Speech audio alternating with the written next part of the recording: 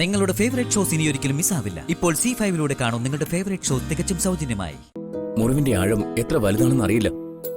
എത്രയും വേഗം നമുക്ക് ഹോസ്പിറ്റലിൽ പോവാം. അയ്യോ വേണ്ട, ഇവിടെ ആരും ഒന്നും അറിഞ്ഞിട്ടില്ല. വിളിച്ചുണർത്തി ആരെയും അറിയിക്കാതിരിക്കുന്നതാ നല്ലത്. ഞാൻ അങ്ങ് പോയിക്കോളാം. എന്താ ഇത്? പോകാനോ? അവിടെ ഇരിക്കും. ചോര തുടച്ചാലേ മുറിവിന്റെ ആഴം അറിയാൻ പറ്റൂ. മുറിവിൽ അമർത്തി പിടിച്ചോ, ഞാൻ ഡ്രസ് ചെയ്ത് തരാം.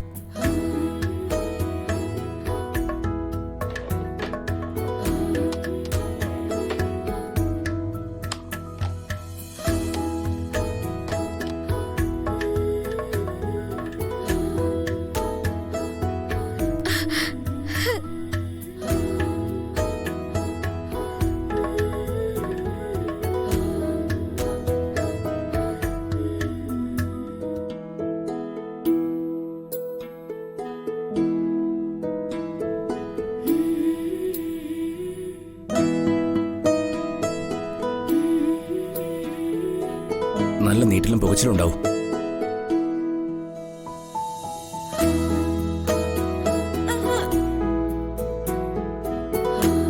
ഞാൻ കാരണം ലച്ചൻ ഇങ്ങനെ ഒരു ആപത്ത് വന്നല്ലോ. നല്ല സമയത്താ പുറത്തു വരാൻ തോന്നിയത്. ഞാൻ അങ്ങനെ കരുതുന്ന. ലച്ചൻ ഒച്ച ഉണ്ടാക്കിയ പോരെ, എന്തിനാ അയാൾ തടയാൻ പോയത്?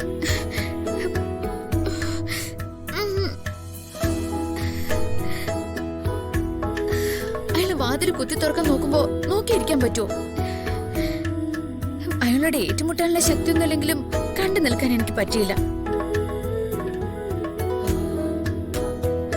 ഭാഗ്യം, രക്തം നിന്നിട്ടുണ്ട്. വലിയ ആഴത്തിലുള്ള മുറിവല്ല. ഭാഗ്യത്തിന് കത്തി വരഞ്ഞാ പോയത്. എന്നെ കൊല്ലാനൊന്നും കഴിയില്ലെന്ന് ഒരു വട്ടം കൂടി തെളിഞ്ഞു.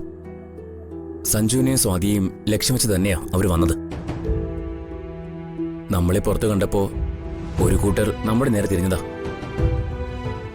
സഞ്ജുവിനും സ്വാതിക്കും തുണയായത് അതിലാ.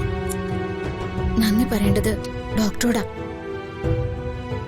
ഇങ്ങോട്ട് വരാൻ തോന്നിയില്ലെങ്കിൽ എന്താകുമായിരുന്നു? എന്താകാനാ? സഞ്ജുവിന്റെയും സ്വാതിയുടെയും കാവൽമാലാഖ ഇവിടെ ഉള്ളപ്പോ ഒന്നും സംഭവിക്കില്ല.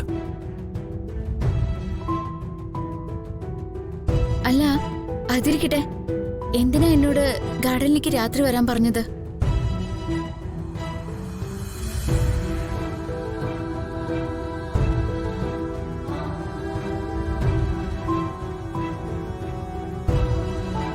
ഇപ്പോ അത് പറയാനുള്ള സന്ദർഭവും സാഹചര്യമല്ല. ലച്ചു റൂമിലേക്ക് വെക്കുള്ളൂ.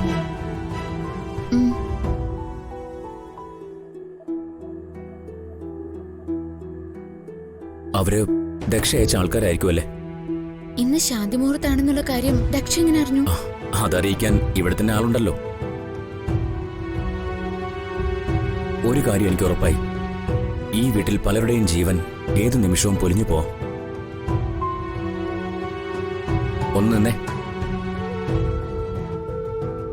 രക്തം വീണ്ടും ഒഴുകിയ എന്നെ വിളിക്കാതിരിക്കരുത്. ഞാനിന്ന് ഉറങ്ങില്ല. ഇതെന്റെ ഹൃദയത്തിൽ വീണ മുറിവ.